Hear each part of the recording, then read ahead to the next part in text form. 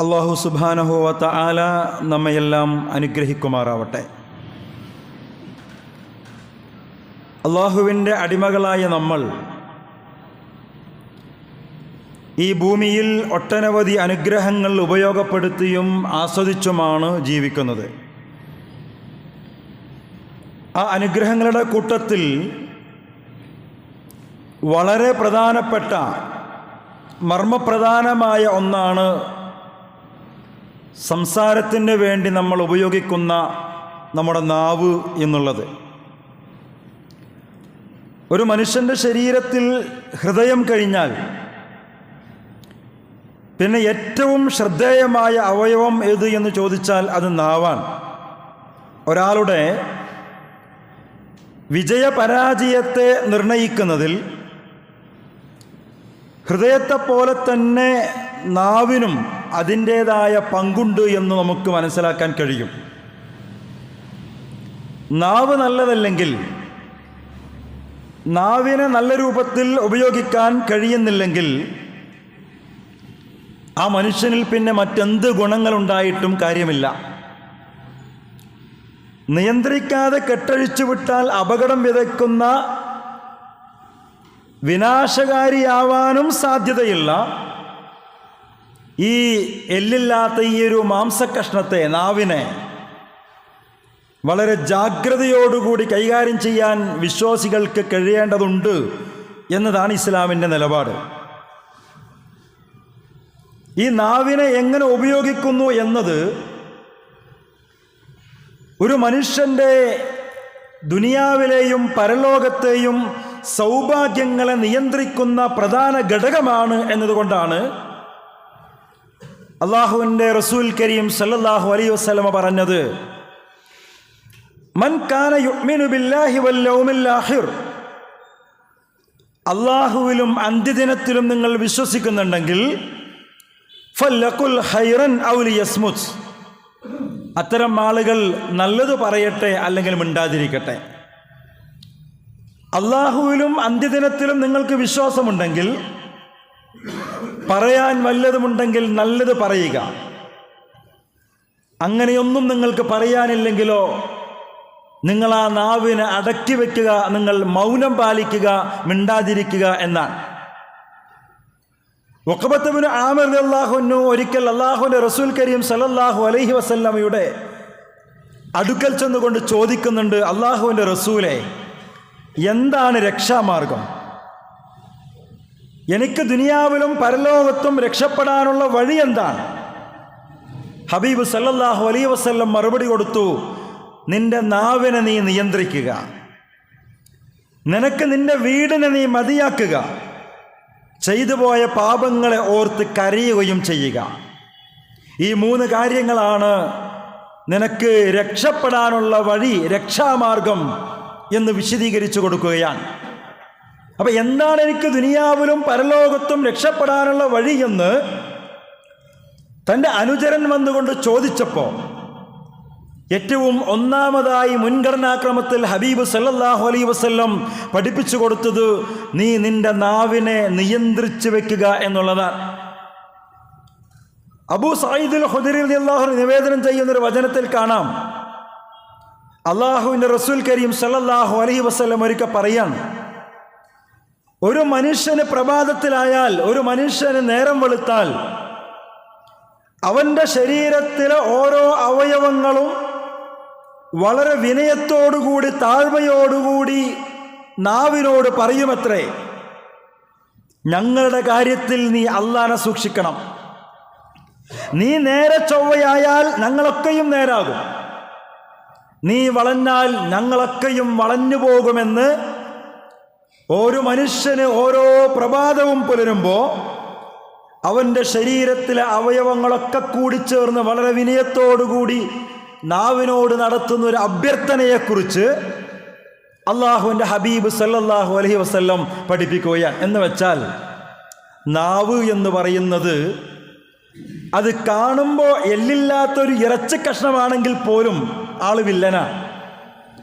ചിലപ്പോൾ പലരും പറഞ്ഞതുപോലെ വിഷസർപ്പത്തെ പോലെ പത്തി വിടർത്തുകയും കാണുന്നവരെയൊക്കെ കൊത്തിപ്പരിക്കേൽപ്പിക്കുകയും ചെയ്യുന്ന, ഒരിക്കലും ഉണക്കാൻ കഴിയാത്ത മുറിവുകൾ സമ്പാദിക്കുന്ന മാരകമായ വിഷസർപ്പമാണ് നാവ് എന്നൊക്കെ മഹാന്മാരതിനെ ചിത്രീകരിച്ചിട്ടുണ്ട്. അതുകൊണ്ടാണ് അബ്ദുല്ലാഹിബിൻ അബ്ബാസ്, അബ്ദുല്ലാഹിബിൻ മസ്ഊദ് റളിയല്ലാഹുവിനെ പോലുള്ള മഹാന്മാർ പറഞ്ഞത്, ഒരു മനുഷ്യന്റെ ശരീരത്തിൽ നാവിനേക്കാൾ കൂടുതൽ പിടിച്ചുകെട്ടേണ്ടുന്നൊരു അവയവം വേറെയില്ല എന്നാണ്. നാവിനേക്കാൾ കൂടുതൽ ബന്ധനം ആവശ്യമുള്ള മറ്റൊന്നും തന്നെ ഈ ഭൂലോകത്തില്ല എന്ന് മഹാന്മാരായ ആളുകൾ പറഞ്ഞതായിട്ട് കാണാൻ കഴിയും. ഈ നാവെന്ന് പറയുന്ന അവയവത്തെ നിയന്ത്രിക്കാതെ, പിടിച്ചു വെക്കാതെ നമ്മൾ കെട്ടഴിച്ചു വിട്ടാൽ അതുണ്ടാക്കുന്ന പ്രത്യാഘാതങ്ങൾ എന്ന് പറയുന്നത് ചെറുതല്ല. അതേ അവസരത്തിൽ സൂക്ഷിച്ചു ഉപയോഗിച്ചാൽ അത്ഭുതങ്ങൾ ലോകത്തുണ്ടാക്കിയെടുക്കാനും കഴിയും. അഥവാ ഇരുതല മൂർച്ചയുള്ള ഒരു ആയുധമാണ് നാവ് എന്ന് പറയുന്നത്. നമുക്കറിയില്ലേ, ലോകത്ത് വന്ന പ്രവാചകന്മാർ, 1.25 ലക്ഷത്തോളം പ്രവാചകന്മാർ ലോകത്ത് വന്നിട്ടുണ്ട്. ആ പ്രവാചകന്മാരൊക്കെയും ലോകത്ത് നന്മ പ്രചരിപ്പിക്കാനും അതിനെ പ്രസരിപ്പിക്കാനും നന്മയിൽ അധിഷ്ഠിതമായ ഒരു ലോകത്തെ കെട്ടിപ്പടുക്കാനും ഉപയോഗിച്ച ആയുധം എന്ന് പറയുന്നത് നാവായിരുന്നു. വാളല്ല, വാളുകൊണ്ടല്ലോ. നാവെന്ന് പറയുന്ന ആയുധം ഉപയോഗപ്പെടുത്തിക്കൊണ്ടാണ് ലോകത്ത് ലക്ഷക്കണക്കിന് പ്രവാചകന്മാർ നന്മയിൽ അധിഷ്ഠിതമായൊരു സമൂഹത്തെ പടുത്തുയർത്തിയത് എന്ന് പറയുമ്പോൾ തന്നെ അതേ അവസരം നമ്മൾ മനസ്സിലാക്കേണ്ട മറുവശം, ഇതേ നാവ് കൊണ്ട് തന്നെ ലോകത്ത് എന്തൊക്കെ പ്രശ്നങ്ങൾ ഉണ്ടായിട്ടുണ്ട്.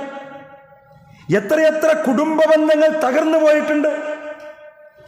എത്രയെത്ര അയൽപക്ക ബന്ധങ്ങൾ തകർന്നു പോയിട്ടുണ്ട്. എത്രയെത്ര ആത്മഹത്യകൾ സംഭവിച്ചിട്ടുണ്ട്.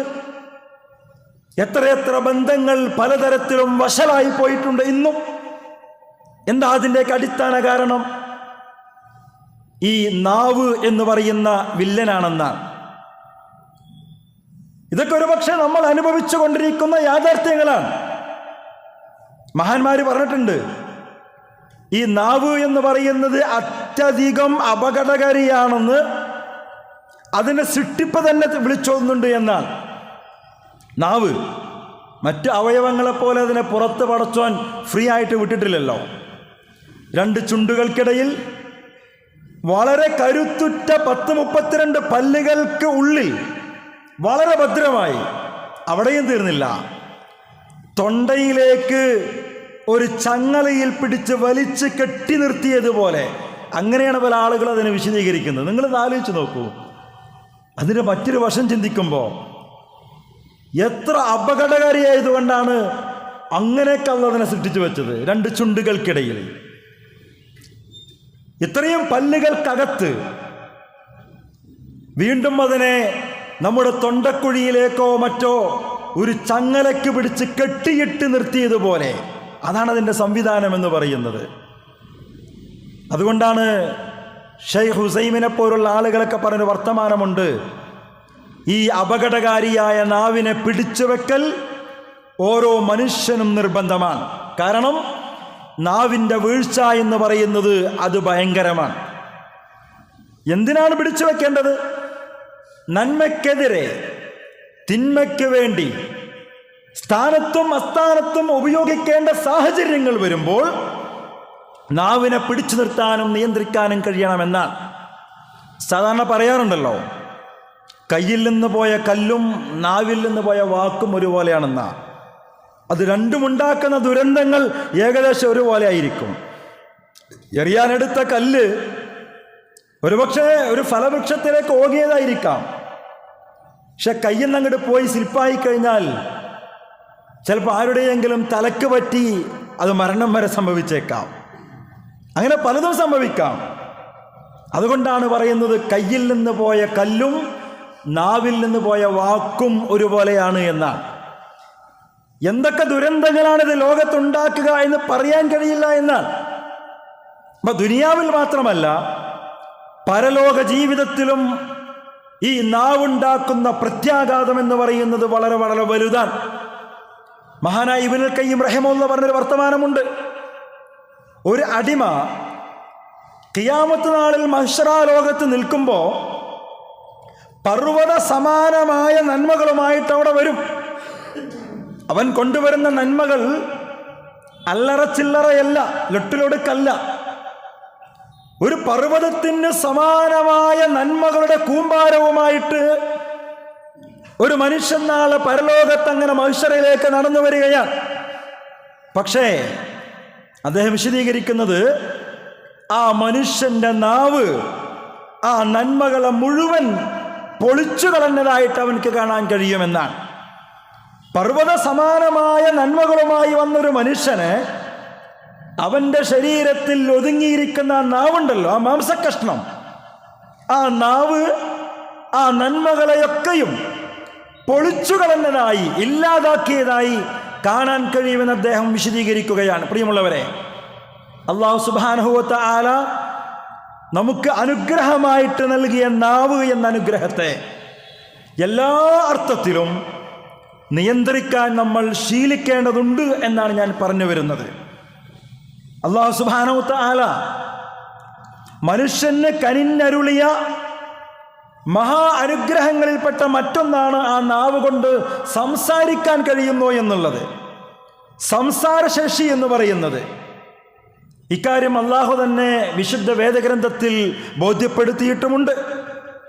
ഖലഖൽ ഇൻസാന അല്ലമഹുൽ ബയാൻ. അല്ലാഹു മനുഷ്യനെ സൃഷ്ടിച്ചു, അവനെ സംസാരിക്കാൻ പഠിപ്പിക്കുകയും ചെയ്തു എന്നാണ്. ഇപ്പൊ നാവ് കൊണ്ട് സംസാരിക്കാനുള്ളൊരു വിദ്യ പഠിപ്പിച്ചു എന്നത് പടച്ച റബ്ബ് തന്റെ അടിമകൾക്ക് കൊടുത്ത അനുഗ്രഹമായി വിശുദ്ധ ഖുർആൻ പഠിപ്പിക്കുകയാണ്. അതുകൊണ്ട് തന്നെ തന്റെ അടിമകൾ ആ നാവ് ഉപയോഗപ്പെടുത്തിക്കൊണ്ട് ഏറ്റവും നല്ലതേ സംസാരിക്കാവൂ എന്നതാണ് പടച്ച റബ്ബിന്റെ താല്പര്യം. അതങ്ങനെ തന്നെ ഖുർആൻ ബോധ്യപ്പെടുത്തുന്നുമുണ്ട്. വഖുൽ ഇബാദി യഖൂലു അല്ലതി ഹിയ അഹ്സൻ. പ്രവാചകരെ, താങ്കൾ എൻ്റെ ദാസന്മാരോട് പറയണം, അവർ പറയുന്നതൊക്കെയും അവർ സംസാരിക്കുന്നതൊക്കെയും നല്ല വാക്കുകളായിരിക്കണം. നിങ്ങൾ വായ തുറന്നാൽ വർത്തമാനം പറയുന്നത് നല്ല വർത്തമാനങ്ങളായിരിക്കണം. അരുതാത്ത, പടച്ച റബ്ബ് ഇഷ്ടപ്പെടാത്ത, ആവശ്യമില്ലാത്ത കാര്യങ്ങൾ സംസാരിക്കുക എന്നത്, നാവിനെ സ്ഥാനത്തും അസ്ഥാനത്തും ഉപയോഗിക്കുക എന്നത് ഒരു വിശ്വാസിക്ക് ചേർന്നതല്ല എന്നാണ് ഈ പറയുന്നത്. പക്ഷേ പലപ്പോഴും നമ്മൾ ജീവിക്കുന്ന ചുറ്റുപാടിൽ ഒരുപക്ഷെ നമ്മൾ ഉൾപ്പെടെ നമ്മൾ കണ്ടുകൊണ്ടിരിക്കുന്ന, അനുഭവിച്ചുകൊണ്ടിരിക്കുന്ന യാഥാർത്ഥ്യം എന്താ? യാതൊരു ലൈസൻസും ഇല്ലാതെ ഉപയോഗിക്കുന്ന ഒരു അവയവമാണ് നാവെന്ന് പറയുന്നത്. സ്ഥാനത്തും അസ്ഥാനത്തും ഉപയോഗിക്കുക എന്നത്, സൂക്ഷ്മത പാലിക്കാതിരിക്കുക എന്നത്, ആവശ്യമില്ലാത്ത കാര്യങ്ങൾ ഇങ്ങനെ ചറപറ പറഞ്ഞുകൊണ്ടിരിക്കുക എന്നത് പൊതുവെ സമൂഹത്തിൽ കണ്ടുകൊണ്ടിരിക്കുന്ന ഒരു ദുശ്ശീലമാണ് എന്ന് നമുക്കറിയാം. നമ്മൾ മനസ്സിലാക്കേണ്ടത്, ഷഹാദത്ത് കൊണ്ട് പോലും, അഥവാ പടച്ച റബ്ബിന്റെ ദീനിന്റെ മാർഗത്തിൽ രക്തം കൊടുത്ത്, ശരീരം കൊടുത്ത് രക്തസാക്ഷിയായ ഒരു മനുഷ്യന്റെ രക്തസാക്ഷ്യം കൊണ്ട് പോലും പരിഹരിക്കാൻ കഴിയാത്തതും അള്ളാഹുവിൻ്റെ മുമ്പിൽ അതീവ ഗൗരവത്തോടുകൂടി മാത്രം കാണുന്നതുമായ ചില തെറ്റുകുറ്റങ്ങളുണ്ട്. അത് ഷഹാദത്ത് കൊണ്ട് പോലും പരിഹരിക്കപ്പെടൂല. അത്തരം തെറ്റുകുറ്റങ്ങളുടെ കൂട്ടത്തിൽ വളരെ പ്രധാനപ്പെട്ട ഒന്നാണ് അനാവശ്യ സംസാരങ്ങൾ, നാവിനെ അസ്ഥാനത്ത് ഉപയോഗപ്പെടുത്തുക എന്ന് പറയുന്നത്. യഥാർത്ഥത്തിൽ ഈ നാവ് എന്ന് പറയുന്ന ഈ അവയവത്തെ നിയന്ത്രിക്കാനും പിടിച്ചു നിർത്താനും കഴിയാതെ വരുമ്പോഴാണ് അനാവശ്യ സംസാരങ്ങളും അധിക സംസാരങ്ങളും സംഭവിക്കുന്നത്. ഇത് രണ്ടും മനസ്സിലാക്കണം. ചില ആളുകൾ നാവ് കൊണ്ട് വേണ്ടാത്തരങ്ങളൊന്നും പറയില്ല, അശ്ലീല വർത്തമാനങ്ങളൊന്നും അവർ പറയില്ല. പക്ഷേ അവരുടെ നാവിന് ഒരു റെസ്റ്റ് ഉണ്ടാവില്ല. അതിങ്ങനെ ചറവറ പറഞ്ഞുകൊണ്ടേയിരിക്കും. അതും തെറ്റാണെന്നാ. അപ്പൊ നാവിനെ ശ്രദ്ധിക്കണമെന്ന് പറഞ്ഞാൽ അനാവശ്യ സംസാരങ്ങളും പാടില്ല, അധിക സംസാരങ്ങളും പാടില്ല എന്നുള്ളതാണ്. അങ്ങനെയാണ്. അപ്പോൾ നാവിനെ നിയന്ത്രിക്കാൻ കഴിയാതെ വരുമ്പോഴാണ് ഒരു മനുഷ്യൻ്റെ ജീവിതത്തിൽ ഈ രണ്ട് കാര്യങ്ങളും കടന്നു വരിക: അനാവശ്യ സംസാരവും അധിക സംസാരവും. ഒരിക്കൽ ഹബീബ് സല്ലല്ലാഹു അലൈഹി വസല്ലമയോടൊപ്പം യാത്ര ചെയ്തുകൊണ്ടിരിക്കുന്ന മുആദ് ബിൻ ജബൽ റളിയല്ലാഹു അൻഹുവിന് ഇസ്ലാം കാര്യങ്ങളെയും പുണ്യപ്രവൃത്തികളെയും ഇങ്ങനെ പറഞ്ഞു കൊടുക്കുക റസൂൽ സല്ലല്ലാഹു അലൈഹി വസല്ലം. എന്തൊക്കെ ഇസ്ലാം കാര്യങ്ങൾ, എന്തൊക്കെ പുണ്യകരമായ കാര്യങ്ങൾ, സ്വർഗത്തിലേക്ക് തന്നെ എന്തൊക്കെയാ സഹായകമാവുക, ഇതൊക്കെ പറഞ്ഞു കൊടുത്ത കൂട്ടത്തിൽ അവസാനമായിട്ട് അള്ളാഹുവിൻ്റെ റസൂൽ സല്ലല്ലാഹു അലൈഹി വസല്ലം ചോദിക്കുന്നുണ്ട്, അലാ ഉഖ്ബിറുക മുആദ്, ഞാൻ താങ്കൾക്കൊരു കാര്യം കൂടി അറിയിച്ചു തരട്ടെ. എന്താ?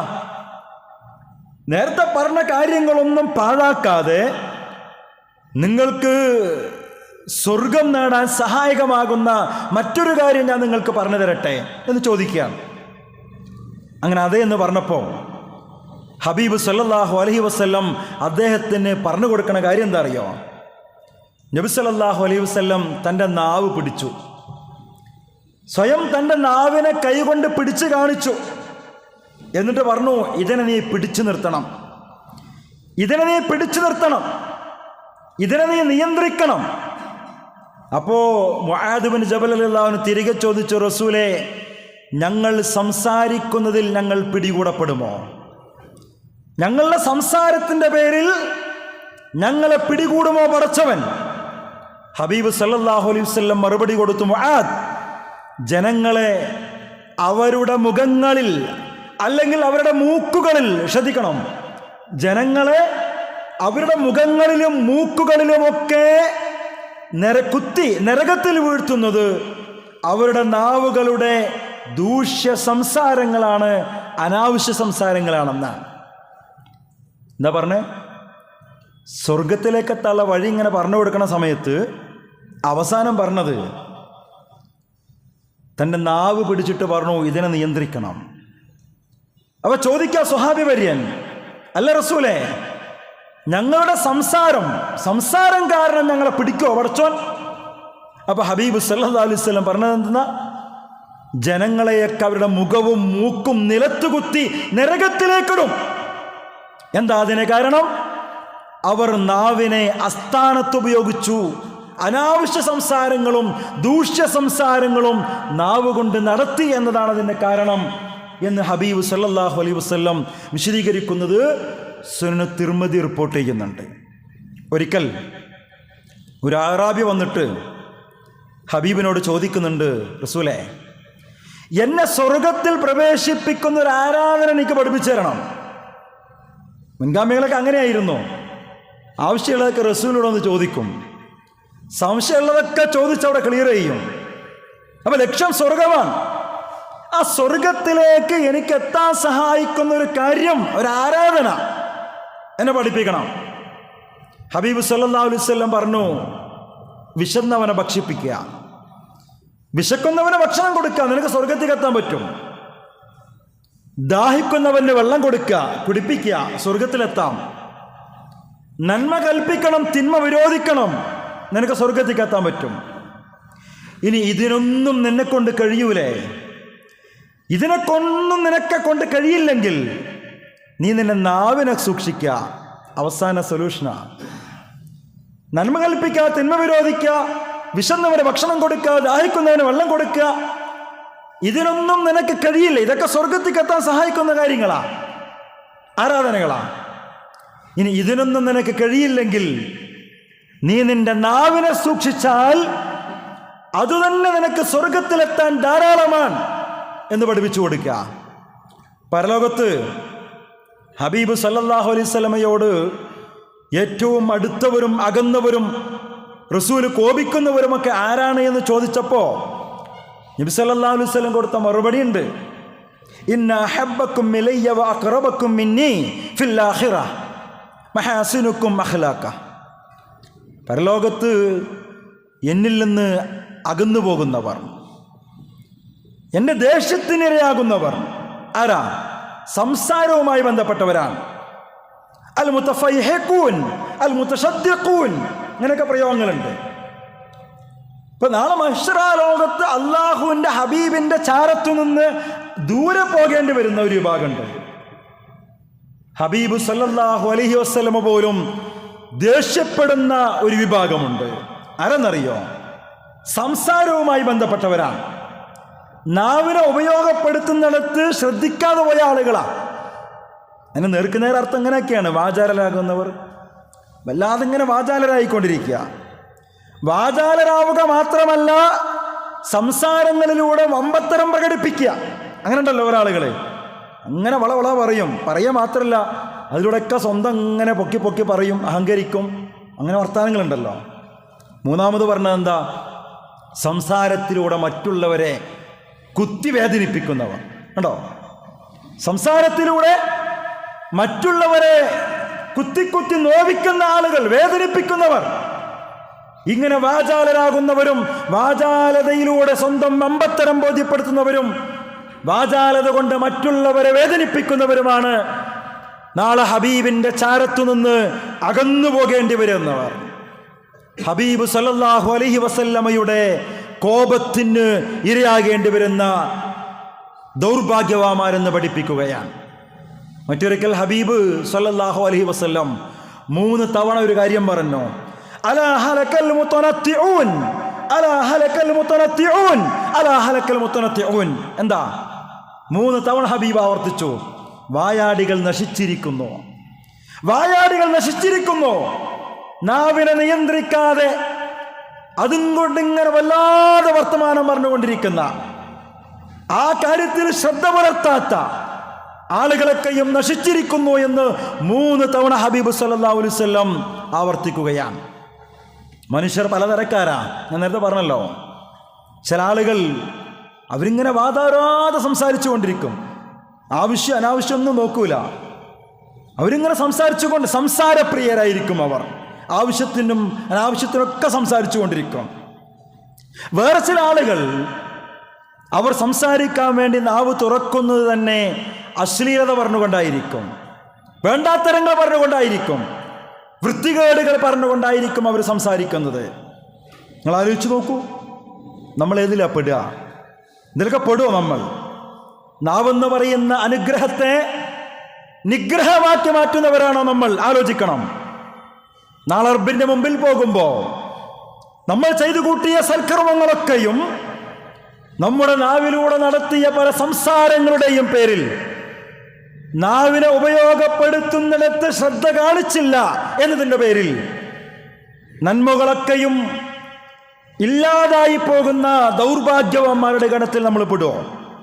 നമ്മുടെയൊക്കെ ശരീരത്തിൽ ഒരു റെക്കോർഡിംഗ് സിസ്റ്റം ചെയ്തു വെച്ചാൽ നമുക്കറിയാം നമ്മളൊക്കെ രാവിലെ എണിച്ചത് മുതൽ വൈകുന്നേരം വരെ എന്തോരം സംസാരിക്കുന്നുണ്ട് എന്ന്. ആ സംസാരിക്കുന്നതിൽ എന്തൊക്കെ സംസാരിക്കുന്നുണ്ട് എന്നൊക്കെ നമുക്കറിയാൻ പറ്റും. അത്ഭുതപ്പെട്ടു പോകും ചിലപ്പോൾ. അത്രമാത്രം സംസാരപ്രിയരാണ് നമ്മൾ. വേണം, ആവശ്യത്തിനും അത്യാവശ്യത്തിനും നമ്മൾ വർത്തമാനം പറയണം. നിയന്ത്രിക്കാൻ കഴിയണം നാവിനെ. നേരത്തെ പറഞ്ഞതുപോലെ അതിനെ പിടിച്ചു വെക്കാനും നിയന്ത്രിക്കാനും കഴിയാതാകുമ്പോഴാണ് ഇതൊക്കെ സംഭവിക്കുക. ഹബീബ് സല്ലല്ലാഹു അലൈഹി വസല്ലമയെ കുറിച്ച് സ്വന്തം ഇണ ആയിഷ റളിയല്ലാഹു അൻഹ പറയുന്നുണ്ടല്ലോ, എങ്ങനെയായിരുന്നു റസൂലിന്റെ വർത്തമാനം?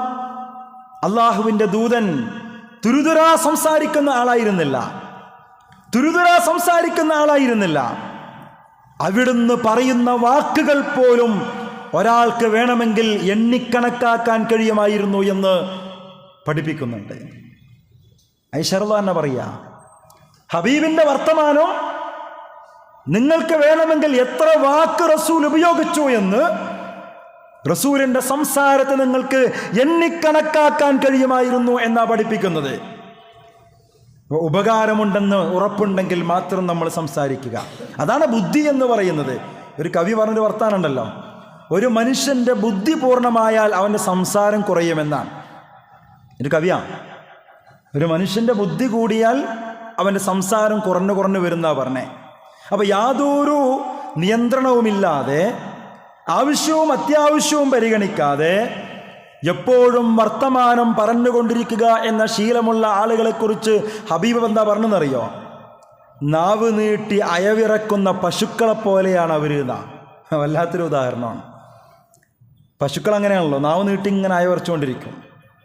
ഇങ്ങനെയാണെന്നാണ് പറഞ്ഞത്. എന്ന് മാത്രമല്ല, ഇതിൻ്റെ അവസാന ഹദീസിൻ്റെ അവസാനം, പശുക്കൾ അയവിറക്കും പോലെ നാവ് കൊണ്ട് അയവിറക്കി വായാടിത്തം കൊണ്ട് വർത്തമാനം പറയുന്ന ആളുകൾ, അങ്ങനെ വർത്തമാനം പറയുന്ന ആളുകൾ, അവരോട് തീർച്ചയായും അള്ളാഹു കോപിക്കുന്നതാണ്. ഖാല റസൂലുള്ളാഹി സ്വല്ലല്ലാഹു അലൈഹി വസല്ലം.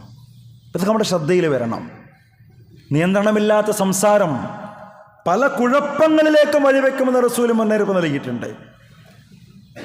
ഹബീബ് പഠിപ്പിച്ചത്, ആരുടെ സംസാരം അധികരിച്ചോ അവൻ്റെ വീഴ്ചകൾ അധികരിക്കും, ആരുടെ വീഴ്ചകൾ അധികരിച്ചോ അവൻ്റെ കുറ്റങ്ങൾ അധികരിക്കും, ആരുടെ കുറ്റങ്ങൾ പെരുകയോ അവൻ നരകാവകാശിയായിത്തീരും. റസൂൽ പറഞ്ഞതാ. അപ്പോൾ ഇതൊക്കെ നമ്മുടെ ശ്രദ്ധയിലുണ്ടാകണം. സംസാരത്തിൻ്റെ ആധിക്യം എന്ന് പറയുന്നത് ഒരുപക്ഷെ നമ്മളെ നരകത്തിലേക്ക് അവരെ എത്തിക്കാൻ കാരണമാകും എന്നാണ് ഈ പറയുന്നത്. അപ്പോൾ നാവിനെ, സംസാരത്തെ നിയന്ത്രിക്കുക എന്നത് മാത്രമല്ല, ആ സംസാരങ്ങളൊക്കെയും അള്ളാഹുവിന് തൃപ്തിപ്പെട്ടതാക്കി മാറ്റാൻ ശ്രമിക്കുക എന്നതുകൂടി പ്രധാനമാണ്. ഇലാഹി സ്മരണ പുതുക്കുന്ന നാവ് അത് മഹത്തായ അനുഗ്രഹമാണെന്ന് ഹബീബ് സല്ലല്ലാഹു അലൈഹി വസല്ലം പഠിപ്പിച്ചിട്ടുണ്ട്. നാവിനെ നന്മയിൽ ഉപയോഗിച്ച് വിജയിക്കാനും തിന്മയിൽ തുലച്ച് പരാജയപ്പെടാനും ഒരാൾക്ക് കഴിയും എന്ന കാര്യത്തിൽ സംശയമല്ല. ശ്രദ്ധയോടെ ഉപയോഗിച്ചില്ലെങ്കിൽ നരകമാണ് ലഭിക്കുക. ജീവിതം തന്നെ നരകതുല്യമായി മാറും. ഒരു സംശയ കാര്യത്തിലില്ല. ഹബീബിൻ്റെ മുമ്പിൽ വന്നൊരു അനുഭവം നിങ്ങൾക്കറിയാലോ. ഉഹുദ് യുദ്ധത്തിൽ ഷഹീദായി കിടക്കുകയാണ് ഒരാൾ. ആ ഷഹീദായി കിടക്കുന്ന വ്യക്തി വിശപ്പ് കാരണം തൻ്റെ വയറ്റിൽ ഒരു കല്ല് വെച്ച് കെട്ടിയിട്ടാണ് യുദ്ധം ചെയ്തിരിക്കുന്നത്. ശ്രദ്ധിക്കണം. വിശപ്പ് സഹിക്കാൻ വയ്യ. അള്ളാഹുവിൻ്റെ മാർഗത്തിൽ ഇറങ്ങി വരുമ്പോൾ വിശപ്പ് സഹിക്കാൻ വയ്യാതെ വയറ്റിൽ കല്ല് വെച്ച് കെട്ടിയിട്ടാണ് യുദ്ധം ചെയ്തിരിക്കുന്നത്. പ്രത്യക്ഷത്തിൽ അദ്ദേഹം ഷഹീദായി കിടക്കുകയാണ് യുദ്ധത്തിൽ. അദ്ദേഹത്തിന് മുഖം മണ്ണിലേക്ക് വീണിരിക്കുന്നു. മുഖത്താകെ ചോരയും മണ്ണുമൊക്കെ പുരണ്ടിട്ടുണ്ട്. അദ്ദേഹത്തിൻ്റെ ഉമ്മ അടുത്ത് വന്നിരുന്നിട്ട് അദ്ദേഹത്തോട് പറയുന്നുണ്ട്, മോനെ, നീ സന്തോഷിച്ചോ, നീ സന്തോഷിച്ചോ, നിനക്ക് സ്വർഗമാണുള്ളത്, നിനക്ക് സ്വർഗമാണുള്ളത്, കാരണം നീ ഷഹീദാണല്ലോ. ഇത് കേട്ടപ്പോൾ നബി സല്ലല്ലാഹു അലൈഹി വസല്ലം ആ ഉമ്മയോട് തിരിച്ചു ചോദിച്ചൊരു ചോദ്യമുണ്ട്. ഉമ്മ, നിങ്ങൾക്കെന്തറിയാം? നിങ്ങൾക്കെന്തറിഞ്ഞിട്ടാണ് നിങ്ങൾ ഈ വർത്തമാനം പറയുന്നത്? ഒരുപക്ഷെ നിങ്ങളുടെ മകൻ ആവശ്യമില്ലാത്ത കാര്യങ്ങൾ സംസാരിച്ചിട്ടുണ്ടായിരിക്കാം എന്ന് പറഞ്ഞിട്ട് അവിടെ നിർത്തി. എന്ന് പറഞ്ഞാൽ എന്താ അതിൻ്റെ അർത്ഥം? ഉമ്മ മോനോട് പറയാ, മോനെ, നീ ഷഹീദാണ്, സ്വർഗ്ഗമാണ്, സന്തോഷിച്ചോ. റസൂൽ തിരുത്തി കൊടുക്കുക. നിങ്ങൾ എന്തറിഞ്ഞിട്ടാണ് ഈ വർത്തമാനം പറയുന്നത്? ഒരുപക്ഷെ നിങ്ങളുടെ മകൻ നാവ് കൊണ്ട് ആവശ്യമില്ലാത്ത കാര്യങ്ങൾ സംസാരിച്ചിട്ടുണ്ടായിരിക്കാം. അങ്ങനെയെങ്കിൽ അത് നഷ്ടപ്പെടുമെന്നാണ് ആ പറഞ്ഞതിൻ്റെ അർത്ഥം. പ്രിയമുള്ളവരെ, ഇബാദത്തുകൾ നിർവഹിച്ചുകൊണ്ടിരിക്കുന്ന, ആരാധനാ കർമ്മങ്ങളിലൂടെ സ്വർഗം നേടണമെന്ന് ആഗ്രഹിച്ചുകൊണ്ടിരിക്കുന്ന നമ്മളെയൊക്കെയും അസ്വസ്ഥരാക്കേണ്ടുന്ന ഒരു ചിത്രീകരണമാണത്. അതുകൊണ്ടാണ് റസൂൽ പറഞ്ഞത് സല്ലല്ലാഹു അലൈഹി വസല്ലം, അധിക മനുഷ്യരും നരകത്തിലേക്കെത്തുന്ന 2 അവയവങ്ങളിൽ ഒന്ന് ഏതറിയോ? നാവാണ്. നരകത്തിലെത്തിയ മഹാഭൂരിപക്ഷം, മെജോറിറ്റി അവിടെ എത്താനുള്ള കാരണം നാവ് കൊണ്ടുള്ള പ്രശ്നം എന്നാ പറഞ്ഞേ. അപ്പം അതൊക്കെ വളരെ ഗൗരവത്തിൽ നമ്മൾ ശ്രദ്ധിക്കണം. മുൻഗാമികളൊക്കെ ഇതിൽ വല്ലാതെ സൂക്ഷ്മത പാലിച്ചിട്ടുണ്ട്. ഹാത്തിം അൽ അസം എന്ന് പറയുന്ന മഹാനായ പണ്ഡിതൻ, അദ്ദേഹം സ്വന്തത്തെക്കുറിച്ച് പറയുന്നൊരു വർത്തമാനമുണ്ട്. നാളെ പടച്ചറബിൻ്റെ മുമ്പിൽ ഉത്തരം ബോധിപ്പിക്കാനൊന്നും കഴിയാത്ത വിധം ഞാൻ സംസാരിക്കാറില്ല. നാളെ റബ്ബിൻ്റെ മുമ്പിൽ ഉത്തരം ബോധിപ്പിക്കാൻ കഴിയാത്ത തരത്തിലുള്ള ഒരു വർത്തമാനവും ഞാൻ പറയാറില്ല. അദ്ദേഹം പറയാ, ഈ അർത്ഥത്തിലുള്ള ജാഗ്രതയും സൂക്ഷ്മതയൊക്കെ നമുക്ക് ഉണ്ടാകണം.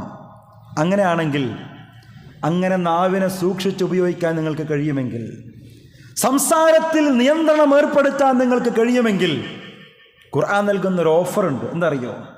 ഞാൻ ഓതി വച്ച വചനമുണ്ട്.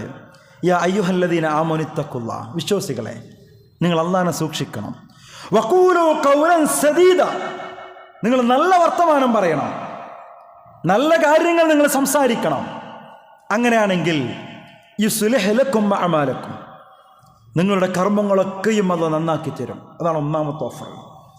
നിങ്ങളുടെ വർത്തമാനം നല്ലതാണെങ്കിൽ, നാവ് നിങ്ങൾ പിടിച്ചു വെക്കുന്നുണ്ടെങ്കിൽ, നിങ്ങളുടെ കർമ്മങ്ങളൊക്കെയും അല്ലാഹ് നല്ലതാക്കി തരും. വയഗ്ഫിർ ലക്കും ദുനൂബക്കും. രണ്ടാമത്തെ ഓഫർ, നിങ്ങളുടെ പാപങ്ങളൊക്കെയും അല്ലാഹു പുറത്തു തരും. നിങ്ങളുടെ പാപങ്ങളൊക്കെയും അല്ലാഹു പുറത്തു തരും. എന്താ ഡിമാൻഡ്? നിങ്ങളുടെ സംസാരം നല്ലതായിരിക്കണം, നാവിനെ നിയന്ത്രിക്കാൻ കഴിയണം, സ്ഥാനത്തും അസ്ഥാനത്തും നോക്കി നിങ്ങൾ ഉപയോഗിക്കണം, അതിനെ കയറൂരി വിടാൻ പാടില്ല. അങ്ങനെയാണെങ്കിൽ ഇതൊക്കെ നിങ്ങൾക്ക് നേടിയെടുക്കാൻ കഴിയും. എന്നിട്ട് അവസാനം ആയത്തിൻ്റെ അങ്ങനെ അള്ളാഹുവിനെയും റസൂലിനെയും ഒക്കെ നിങ്ങൾ അനുസരിക്കാൻ തയ്യാറാണെങ്കിൽ ഫഖദ് ഫാസ ഫൗസൻ അലീമ, അതാണ് ഏറ്റവും മഹത്തായ വിജയം എന്ന് പറഞ്ഞുകൊണ്ട് ആയത്ത് അവസാനിപ്പിക്കുകയാണ്. പ്രിയമുള്ളവരെ, ഈ അർത്ഥത്തിലേക്ക് നമ്മുടെ സംസാരങ്ങൾ മാറ്റാൻ, നമ്മുടെ നാവിനെ നിയന്ത്രിക്കാൻ നമുക്ക് കഴിയണം. വേണ്ടാത്തിടങ്ങളിൽ അനാവശ്യമായി അധിക സംസാരത്തിന് അതിന് നമ്മൾ ഉപയോഗപ്പെടുത്തുന്നില്ലെന്ന് നമ്മൾ ഉറപ്പിക്കണം. റബ്ബ് നമ്മെ അനുഗ്രഹിക്കുമാറാവട്ടെ.